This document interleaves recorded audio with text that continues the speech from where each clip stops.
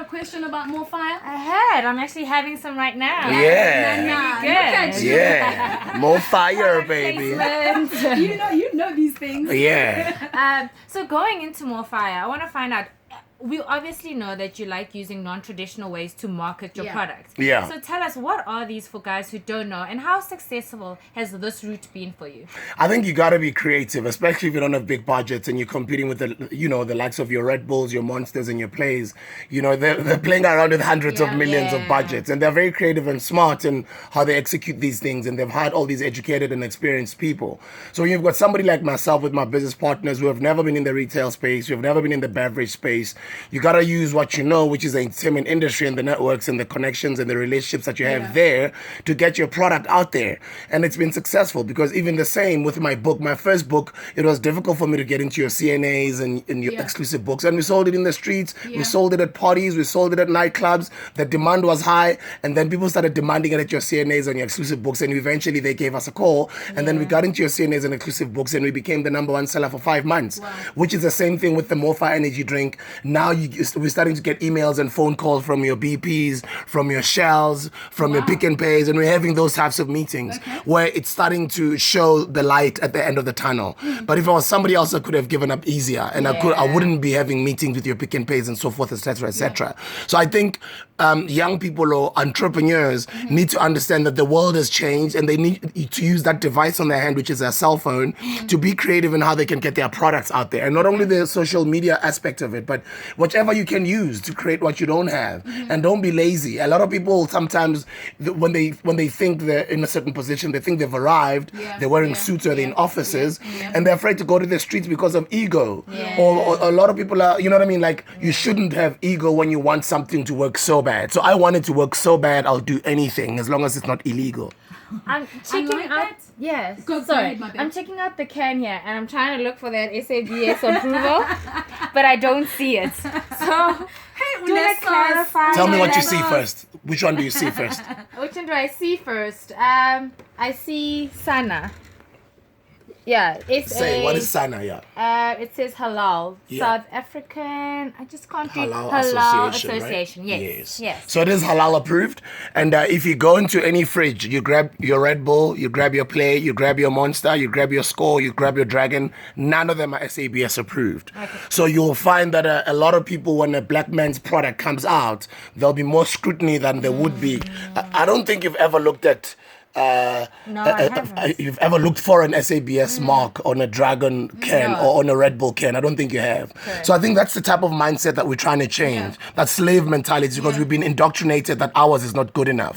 And I understand. So there's people like myself and Touch and a whole lot of other entrepreneurs that are changing that mindset. Yeah, Teta, man. Sbu. Sorry. I love it. Sbu, are you the first black man to own his own energy drink? Yes, I am. You didn't even need to finish that. Because I am. Yes, I am. There's more now, which is beautiful. And you want more. You don't want to be the only one or the first. Yeah. But it's said that it's the first in 2015. Well, I mean, we launched a brand 2015 on the 26th of Jan. Next week, we're turning 2.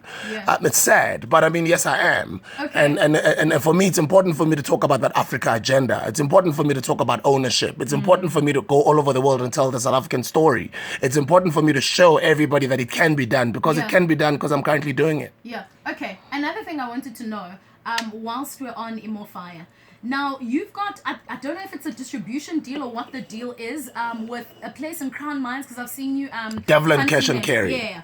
And a couple of days ago, I saw that you brought down the prices. Is that now because you're making so much because you're selling to them in bulk that you can afford to bring the prices down, or you're helping the youth in SA alleviate poverty? Very good question. So a lot of people will tell you when MoFaya first came out that we used to buy the thin, smaller, slimline can 330 ml at 15 rands, and this big one, end consumer would buy it for 18 rand.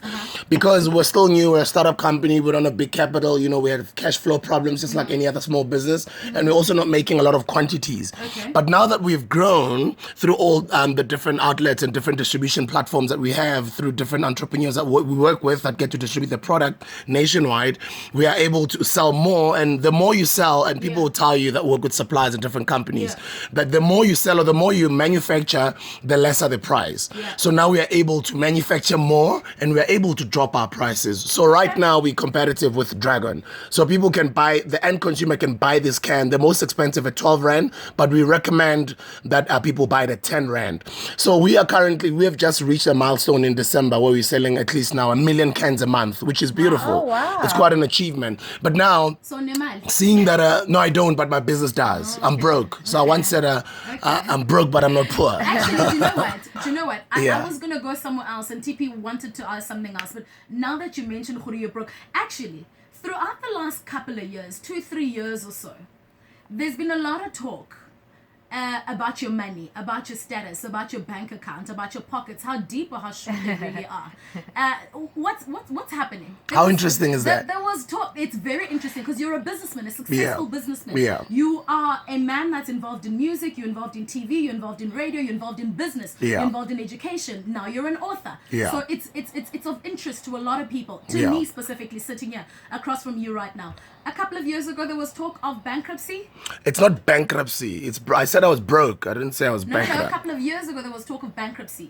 What is bankruptcy? That you have lost everything. You have no liquid. You have no money. Businesses are not making money. You are not working. It was at the time where you left Metro FM before we want to know. When you've never heard of these rumors that you're bankrupt. No, it's not rumors. I said I was broke. It's me who said I was broke. I still am. I'm broke.